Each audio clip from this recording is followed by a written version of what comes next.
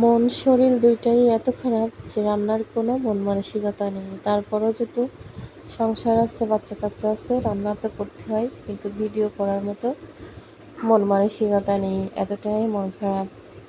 সবসময় সবার জন্য মন থেকে দোয়া করি, আর যারা সবার জন্য সবসময় দোয়া করে তাদের জন্য আল্লাহ নিজে দোয়া করে। এটা মাথায় রেখে আমি সবসময় সবার জন্য দোয়া করি। যাক, আল্লাহ যাকে যেভাবে রাখছে এভাবেই আলহামদুলিল্লাহ বলতে হবে। আর বিশেষ করে যতক্ষণ কথা বলা যাবে ততক্ষণ বুঝতে হবে যে আমি সুস্থ আছি।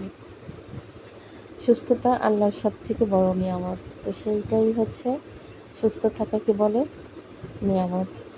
যাই হোক, রান্না করতেছি। সকালে রান্না করছিলাম 2 ভাগে, আর দুপুরে মাত্র 1 ভাগে রান্না করব। সকালের তরকারি আছে। ইন্ডাকশানে রান্না করতেছিলাম, কারেন্ট চলে গেছে, আবার গ্যাসে দিলাম। পাশাপাশি ইন্ডাকশান গ্যাস পাশাপাশি বড় মুরগি 6 কেজি 7 কেজি এক একটা মুরগি কিনে 3 ভাগ করি, 2 ভাগ করি করে রান্না করি। আর এই মুরগিটা 3 ভাগ করছিলাম, করে 3 বার রান্না করেছি। এইটা হচ্ছে শেষের রান্না। আর এই কড়াইতে আগে কখনো রান্না করি।